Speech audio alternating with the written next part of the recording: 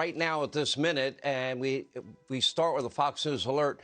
Now, according to a breaking new report from Politico, the U.S. Supreme Court has in fact voted to overturn Roe versus Wade. And I can't even believe I'm going to tell you what I'm about to tell you, but in a highly, indeed, as far as I can tell, utterly unprecedented leak from the Supreme Court, Politico has obtained what they say is an initial draft majority opinion written by Justice Alito showing the Supreme Court striking down Roe versus Wade. Choice!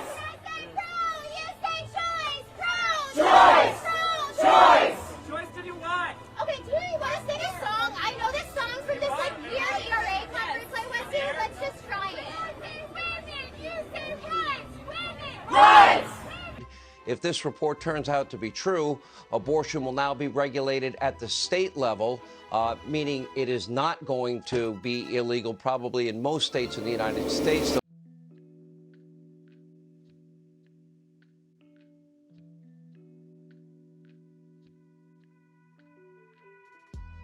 With this beautiful crazy life. If you're new to this channel, this is my channel. I do opinions, commentary videos, and I talk from things from a Christian lens, talk about religion, theology, news, everything. Sometimes I'll do Bible studies, sometimes I just do commentary, sometimes I just give my own personal opinion.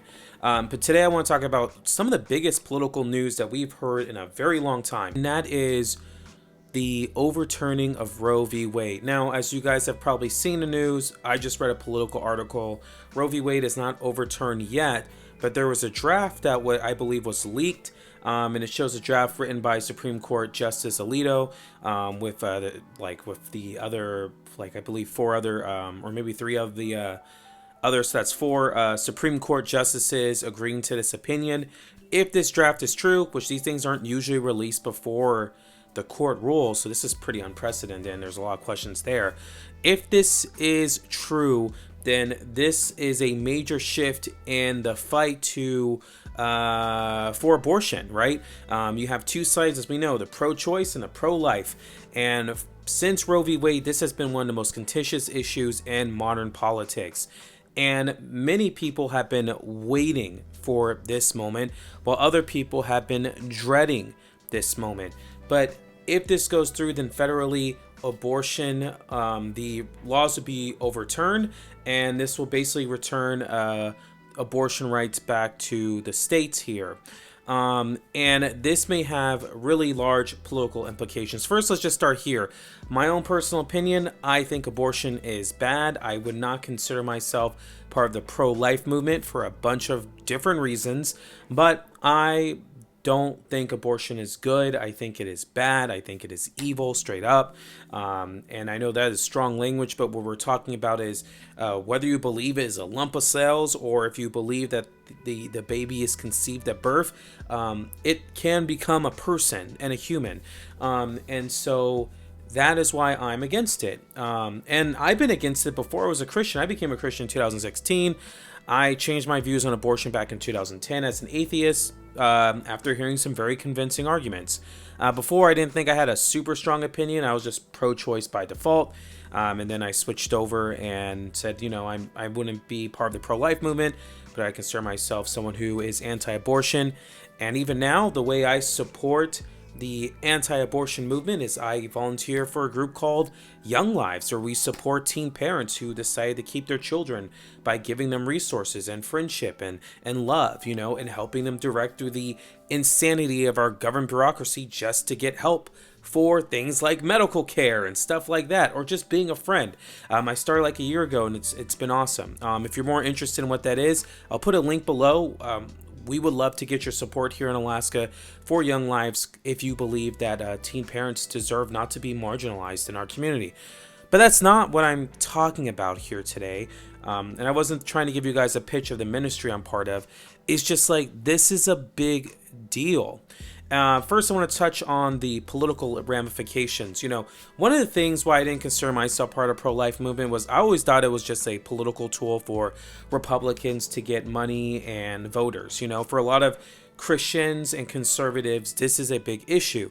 I wouldn't say it's the most important issue for a lot of voters. It's still like the economy and immigration and medical care.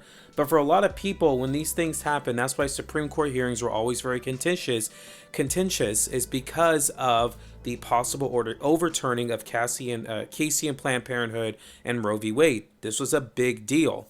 But I always felt like money that was being given to these politicians for them to never come up with anything and all the political activism when there was kind of a waste of time.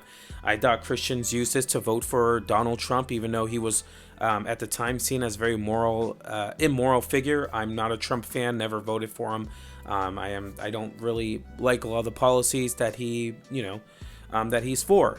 But I always had this very cynical view that Republicans just sort of use this as a way to raise funds for campaigns, especially during Supreme Court hearings.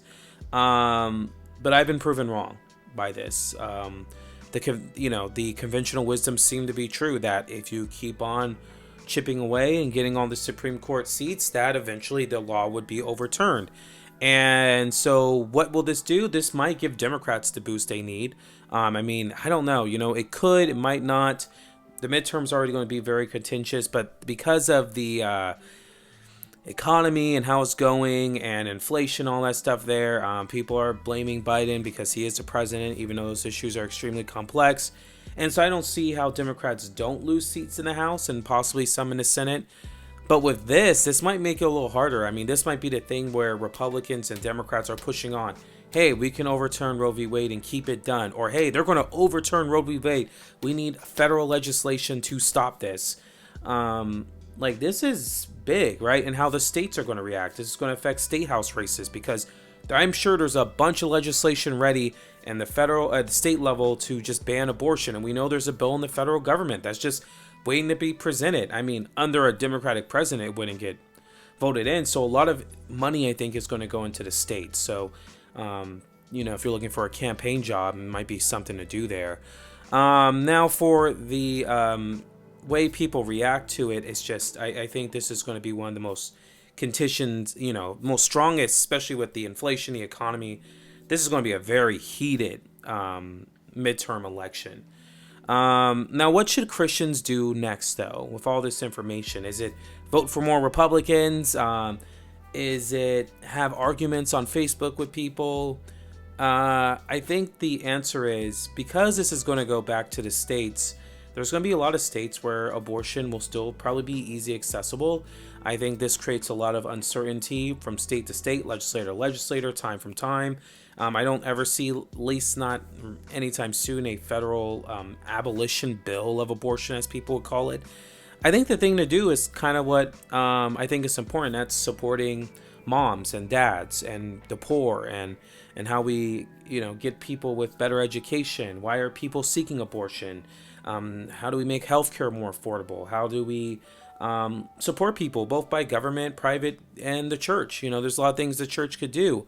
We go on about not sending your kids to public schools, but make private schools really expensive. We go on about how much we care about children, but a lot of churches, especially some of these mega churches, don't offer programs to help.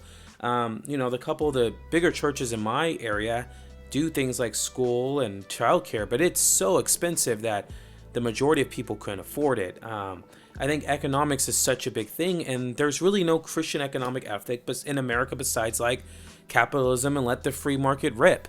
And I think that has consequences in a lot of ways. Like, what are we doing that allows for people to not want an abortion? If it really means that much to us, I think there's so much more we can do. So while a lot of people are just excited about getting another conservative in office for president, and that will solve all the issues of the world, I think that's really short-sighted. If anything has been proven, is that activism does work, and if we take all that energy and do it towards other things, I think we would see a much better world. So, guys, this is huge news. If this does happen, Twitter is going to be crazy. But also, this is a huge shift.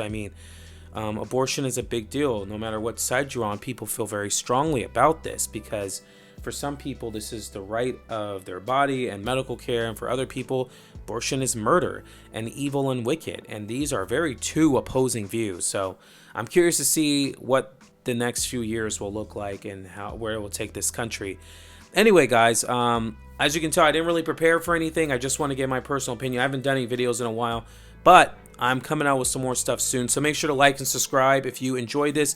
And tell me what you think. Are you in support of this? Are you not in support of this? And what do you think is the right way to do? And what should we do to stop abortion? Or if you're against that, why do you think abortion rights are so important? Anyway, guys, may the Lord bless you and keep you. May the Lord shine his counts upon you and be gracious to you. I should have at least did my hair before I came up here, but whatever. Anyway, guys, check out whatever other videos popping up here. I'm sure you'll like it. See you guys later.